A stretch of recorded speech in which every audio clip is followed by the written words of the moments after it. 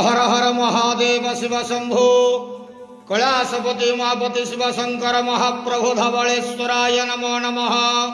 दीपं ज्योति परम ब्रह्म दीपं ज्योति जनार्दनः दीपाहरतु मे पाप पूजा दीप नमस्तुते।